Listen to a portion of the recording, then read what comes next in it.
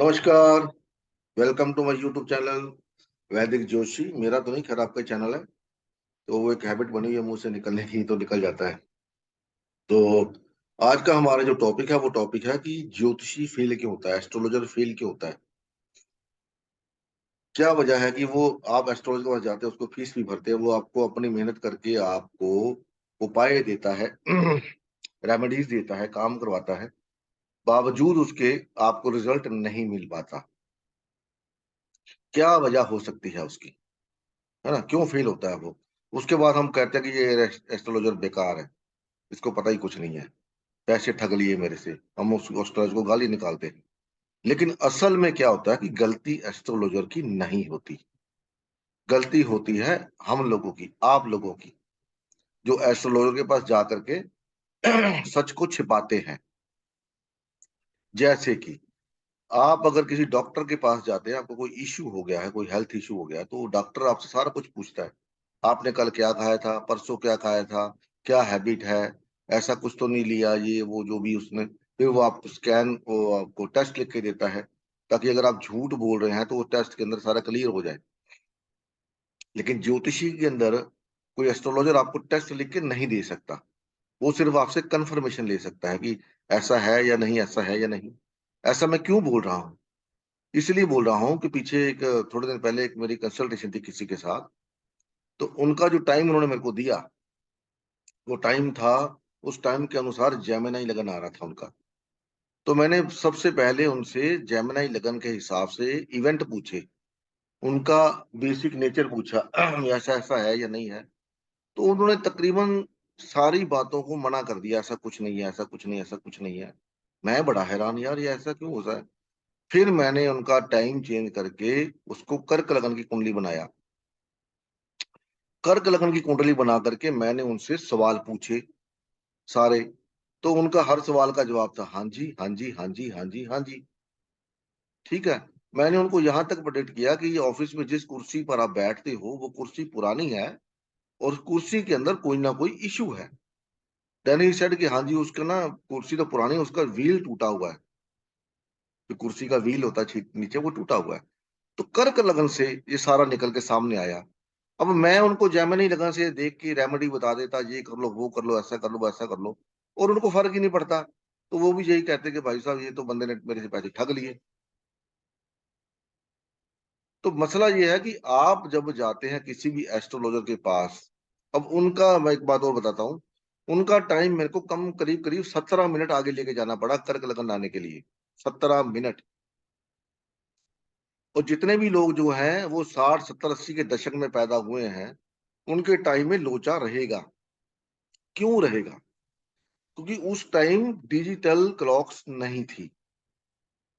आज हम डिजिटल युग के अंदर रहते हैं। अगर आप अपने मोबाइल का, अगर आपके घर के अंदर घड़ी लगी हुई है या दो चार मोबाइल पड़े हैं, आप उनका टाइम चेक कर लीजिए। कोई 1 2% लोगों को छोड़ के किसी का भी टाइम दूसरे मोबाइल से मिलता होगा। कोई 1 2% को छोड़ करके बाकी 98% लोगों का टाइम ही नहीं मिलता आपस में मोबाइल के अंदर, या घड़ी की जो सुई होती है उसके साथ आप घड़ी लगी है। मैं ऐसा क्यों कह रहा हूँ? क्योंकि जब मेरे बच्चे छोटे थे तो मेरी वाइफ को हैबिट थी घड़ी को 15 मिनट आगे रखने की, क्योंकि बच्चे चालाक होते हैं। मम्मी अभी तो 10 मिनट पड़े हैं, थोड़ा सो लेने दो, बच्चों की आदत होती है। तो उस 15 मिनट आगे रखती ताकि ये टाइम से उठ जाए, रेडी हो जाए, और जब उनका बस आती, स्कूल बस, तो उस पे वो जा सके टाइम के साथ। तो उस 15 मिनट की वजह से मेरे को भी कई बार प्रॉब्लम होती थी। मैं कहीं जाना होता था तो 15 20 मिनट पहले पहुंच जाता था। मेरी हैबिट है, जहां भी जाना है तो टाइम से पहले घर से निकलना, ताकि टाइम से पहले वहां पर पहुंच जाऊं जहां मेरे को पहुंचना है। तो ऐसे ही होता है। आप हॉस्पिटल जाते हैं, आप देखिए जाके हॉस्पिटल आज भी जाके देख लीजिए आप। अगर आपको बच्चा होने वाला है, आपकी वाइफ को, स्पाउस को, किसी को भी, तो अगर हॉस्पिटल जाते हैं तो हॉस्पिटल की घड़ी से आप अपनी घड़ी मिला के देख लीजिए। फर्क हमेशा मिलेगा, 2 मिनट का मिले, 4 मिनट का मिले, 5 का मिले, 10 का मिले।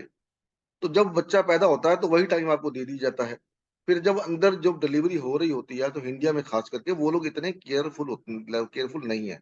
वो लोग केयरलेस है ना। बच्चा हो गया तो कोई बात नहीं, अच्छा तो टाइम देख लो यार, क्या है, बच्चे हो गए 10 मिनट हो गए, उसके बाद टाइम से अजय टाइम बता दो, कोई बात नहीं, ये कौन सा देखने वाला है, आप कौन सा अंदर जाके देखने वाले हो, है ना। उसके हिसाब से आप अपने बच्चे की कुंडली बनाते हो। अब जैसे मेरे मेरे चांस मेरे केस के अंदर 1 मिनट के अंदर लगन चेंज हो रहा है, 1 मिनट के अंदर लगन चेंज, डबल ड्यूल लगन है मेरा, बॉर्डर असेंडेंट है, 1 मिनट में चेंज हो जाता है। ठीक है, अब मैं किसको दोष दूं? अब मैंने तो वो ढूंढ ढांड के पता कर लिया कि मेरा लगन कौन सा है, मेरे सिग्निफिकेशन कौन से है, सारा वो सब मैंने पता कर लिया, पता लग गया मेरे को मेरा लगन ये वाला है। लेकिन आप लोग जिनको इस बारे में पता ही नहीं है, वो क्या करेंगे? तो सबसे बड़ी बात ये है कि जब भी आप एस्ट्रोलॉजर के पास जाते हैं, किसी के पास भी जाए, उसको बोलो जी मेरे बारे में कुछ प्रेडिक्ट कीजिए ताकि मैं पता कर सकूं, क्योंकि आज की डेट में हर एक को पता है मेरा लगन कौन सा है, मेरा मून साइन कौन सा है, मेरा ये कौन सा है, मेरा वो कौन सा है, सब पता है। तो जब भी आप एस्ट्रोलॉजी कंसल्टेशन लेते हैं तो उसको बोले कि मेरे को ये बताएं कि मेरी लाइफ के अंदर कुछ सिग्निफिकेशन बताएं ताकि मैं कंफर्म कर सकूं कि जो लगन आप देख रहे हो वो लगन मिलता भी है या नहीं मिलता। तभी वो आपको जो रेमेडी देगा वो काम करेगी। दूसरा, अगर वो आपसे कोई इवेंट पूछता है, ठीक है, तो आप उसको पूरा बताने की, सच बताने की कोशिश करें, ताकि वो उसको देख करके आपको बता सके कि आपने ये गलती करी थी, इसका ये प्रायश्चित है, ये इसका उपाय है। तब जाकर के वो उपाय काम करेगा। अदरवाइज हम लोगों की हैबिट क्या होती है, हम लोग एस्ट्रोलॉजर के पास क्यों जाते हैं? ताकि हमने जो सुनना होता है, जब तक एस्ट्रोलॉजर वो नहीं बोलता जो हमने सुनना होता है, हमको सेटिस्फेक्शन नहीं होता, तो हम एक को छोड़ के दूसरे, दूसरे तीसरे, तीसरे चौथे के पास भागते हैं। और जो एस्ट्रोलॉजर बोलता है हाँ जी हाँ जी आप ऐसे जी, ये जी वो जी, आप बड़े खुश होते हैं, ये एस्ट्रोलॉजर सबसे बढ़िया है, ये बहुत बढ़िया है, क्योंकि उसने आपकी मन की बात बोल दी, जो आप चाहते हैं वही उसने बोला, है ना? जबकि ऐसा होता नहीं है। आप डॉक्टर के पास जाते हैं, डॉक्टर को बोलेंगे पेट दर्द हो रहा है, डॉक्टर आपके मन की बात बोले नहीं जी आपने कोई बात नहीं, जो मर्जी खाओ, आप खुश होते हैं। डॉक्टर बोलेगा ये नहीं खाना, वो नहीं खाना, ये नहीं करना, वो नहीं करना, बोले ये डॉक्टर है यार, सब कुछ बंद कर दिया मेरा, मैं ठीक कैसे होऊंगा? तो ये हैबिट होती है हम लोगों की। जब तक आप इसको चेंज नहीं करोगे, आपको असली ओरिजिनल उपाय नहीं मिलेगा। जो भी मिलेगा वो काम नहीं करेगा, क्योंकि आपको उपाय वो दिया जा रहा है जो कि आपका बनता ही नहीं है। और ब्लेम किसके ऊपर आता है? एस्ट्रोलॉजर के ऊपर। ये एस्ट्रोलॉजर बकवास है, फेल है, ये है, वो है। गलती हमारी होती है बीच में सारी, क्योंकि हम उसको सच नहीं बताते। ना ही वो एस्ट्रोलॉजर के पास आज की डेट में इतना टाइम होता है कि वो आपको पूछे कि आपकी लाइफ में ऐसा कुछ होता है जी, ऐसा कुछ हुआ है, ये आपका ट्रेड है, ऐसा है वैसा है, नहीं कुछ तो, क्योंकि हम खुद ही जाके बताते हैं मेरे को ये प्रॉब्लम है ना? वो तो चलो अच्छी बात है, क्योंकि आपको पेट में दर्द है, शोल्डर में पेन है, आपकी पूरी बॉडी है। जब तक आप डॉक्टर को नहीं बताएंगे, उसको क्या पता आपको प्रॉब्लम कहाँ पर है? कि पूरी बॉडी है, आप बताएंगे तभी वो उसको डायग्नोस कर पाएगा। उसी तरीके से ज्योतिष होता है। जब तक आप जाके ज्योतिषी को बताएंगे, वो आपको पहले प्रेडिक्ट करेगा आपका ये लगन है, ऐसा ऐसा ऐसा होता है, तो ठीक है। फिर वो आप उसको मेरी ये प्रॉब्लम है, ये मेरा ये इश्यू है, फिर तो इसको रेमेडी बताए, तभी वो बताएगा जब वो लगन की सिग्निफिकेशन, मून की सिग्निफिकेशन आपके साथ मिलेंगी। अदरवाइज नहीं। जो भी उपाय दिया जाएगा आपको, वो बेकार जाएगा आपका, उल्टा बैक फायर कर सकता है। ऐसा भी हो सकता है कि आपको वो उपाय बैक फायर कर दे, और आप भला करवाने गए थे और उल्टा आपके साथ बुरा हो गया। इस बातों को थोड़ा ध्यान में रख के चलिए। जब तक आप सच नहीं बताएंगे, एस्ट्रोलॉजर कोई भी हो, कोई भी जितना मर्जी बड़ा एस्ट्रोलॉजर हो, वो आपको उपाय नहीं दे पाएगा। वैसे अच्छे एस्ट्रोलॉजर की निशानी ये होती है कि वो आपसे सिग्निफिकेशन पूछता है, आपका लगन देख करके आपके कुछ ना कुछ इवेंट पूछता है, आपके बारे में कुछ ना कुछ पूछता है। जब उसको कंफर्म हो जाता है कि हाँ ये बंदा इसी लगन का है, तभी जाकर के वो आपकी प्रॉब्लम सुनता है, फिर उसका रिप्लाई आपको देता है। ठीक है, तो ये था वीडियो, क्यों हम ज्योतिषी लोग फेल हो जाते हैं। ज्योतिष फेल नहीं होता, लेकिन कमजोरियां मजबूरियां हमारी हैं। कुछ चीजें ऐसी होती है जो हम नहीं बताना चाहते किसी को, कोई बात नहीं, ठीक है। आप किसी के साथ गए या किसी के साथ जाकर आप उसके सामने नहीं बोल सकते कि ये सच्चाई है, तो कम से कम आप जब वहां से उठ के आ जाओ, उसके बाद जाके किसी समय आप उसको बोल सकते हैं कि ये सच्चाई है, आप मेरे को इस हिसाब से एस्ट्रोलॉजी दी, मेरे से ये गलती हुई है, तब भी बात समझ में आती है ना? तो जब तक आप सच नहीं बताएंगे ना, तो आपको उपाय काम में नहीं आएगा। तो गलती एस्ट्रोलॉजर की, मैं मानता हूँ ये एस्ट्रोलॉजर भी गलत हो सकते हैं, क्योंकि जो लाल किताब के एस्ट्रोलॉजर हैं वो पढ़ी पढ़ाई बातें बोलते हैं, पढ़े पढ़ाई उपाय बोलते हैं, पता उनको कुछ है नहीं क्यों किस वजह से ऐसा हो रहा है।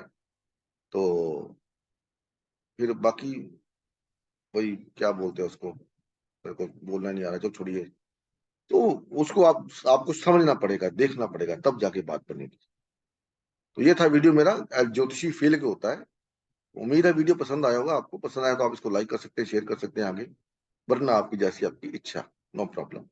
मिलते हैं अगली वीडियो में, तब तक के लिए नमस्कार। भगवान आप सबको भला करे। ओम नमः शिवाय। जय माता दी।